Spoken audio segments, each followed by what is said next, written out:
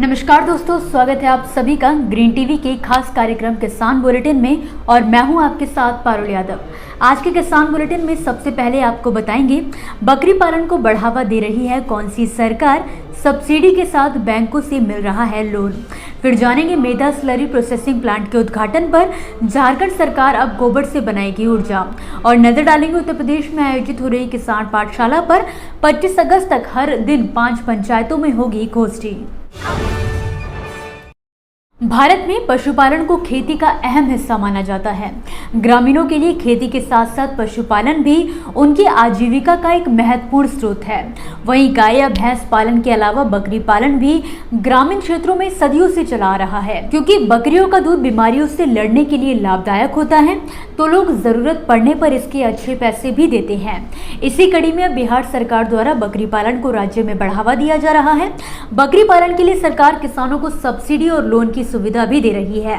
दरअसल किसान और पशुपालक के आर्थिक हालातों को सुधारने के लिए केंद्र व राज्य सरकारें इन्हें कृषि कार्यों के तहत सब्सिडी व लोन की सुविधा देती आ रही हैं। आपको बता दें कि केंद्र और राज्य सरकारों की ओर से किसानों को बकरी पालन के लिए 1 से 25 लाख रुपए तक के लोन की सुविधा दी जा रही है। अगर आप भी इसका लाभ उठाना चाहते हैं तो आपको इन बातों का ध्यान रखना होगा। जैसे गोट फार्म खोलने के लिए आपको 20 बकरी और 1 बकरा के समीकरण के साथ चलना होगा।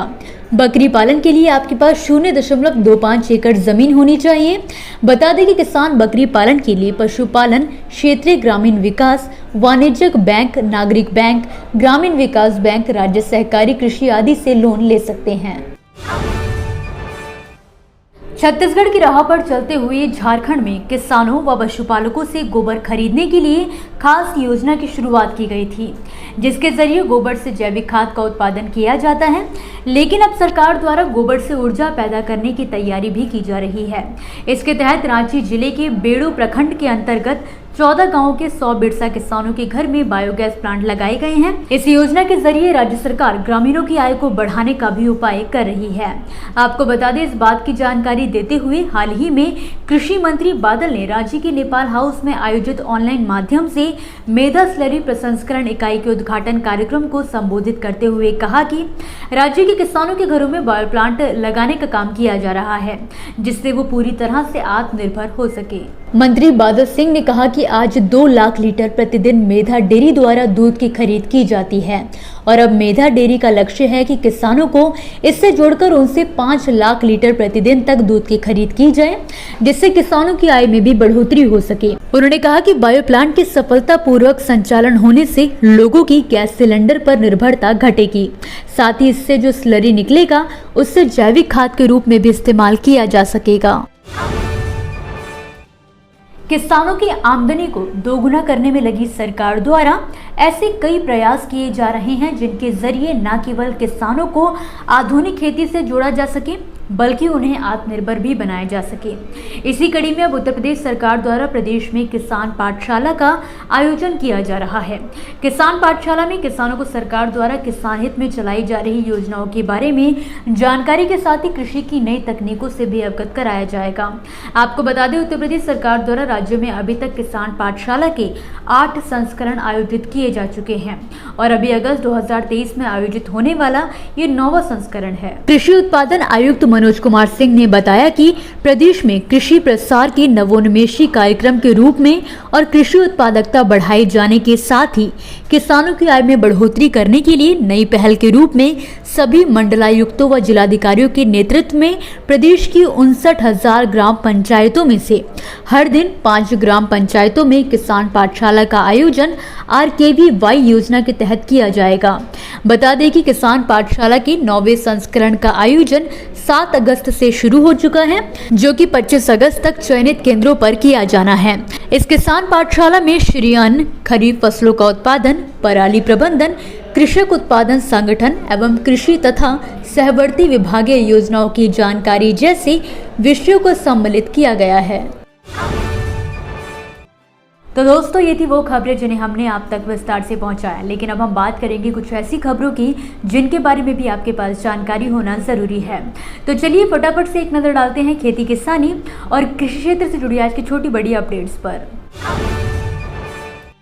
छत्तीसगढ़ में राज्य सरकार की ओर से मछली के बेहतर गुणवत्ता वाले बीज का उत्पादन करने पर खास जोर दिया जा रहा है। इसी का नतीजा है कि फिश सीड प्रोडक्शन के मामले में छत्तीसगढ़ देश के अन्य राज्यों की तुलना में 5वें पायदान पर आ गया है। आपको बता दें, मछली के बीज के उत्पादन के मामले में छत्तीसगढ़ अब आंध्र प्रदेश, गुजरात, तमिलनाडु और कर्नाटक के बाद 5वां बड़ा राज्य बन गया है। बिहार सरकार समेकित मुर्गी विकास योजना के तहत 5 से 10,000 लेयर मुर्गी क्षमता वाली इकाई की स्थापना के लिए किसानों को 30 से 40% तक अनुदान उपलब्ध करवा रही है। विभाग के अनुसार इस योजना के तहत किसान सरकारी मदद लेकर एक स्थायी कारोबार स्थापित कर सकते हैं। इसके लिए बिहार सरकार ने 15 करोड़ रुपए का बजट भी प्रावधान किया है।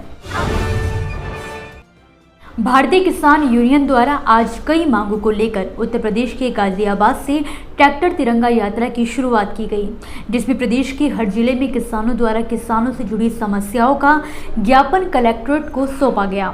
आपको बता दें कि भारतीय किसान यूनियन 14 दिन के अंदर गन्ना मूल्य का भुगतान, बिजली बिल माफ, आवारा पशु की समस्या से निजात और MSP समेत कई मुद्दों को लेकर ये तिरंगा मार्च निकाल रही है।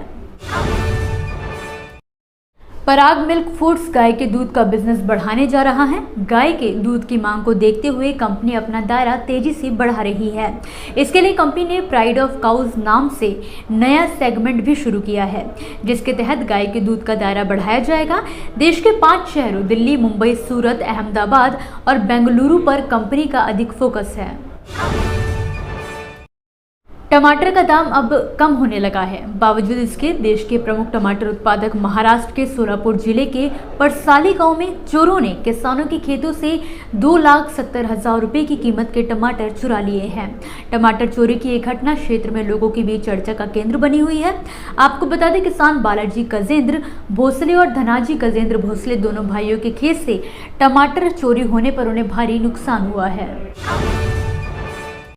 इसी के साथ आज के किसान बुलेटिन की बड़ी खबरों में फिलहाल के लिए बस इतना ही। आप मुझे दीजिए इजाजत और देखते रहिए ग्रीन टीवी। नमस्कार। देखिए ग्रीन टीवी यूट्यूब पर भी, बस सब्सक्राइब करें और बेल आइकन दबाएं।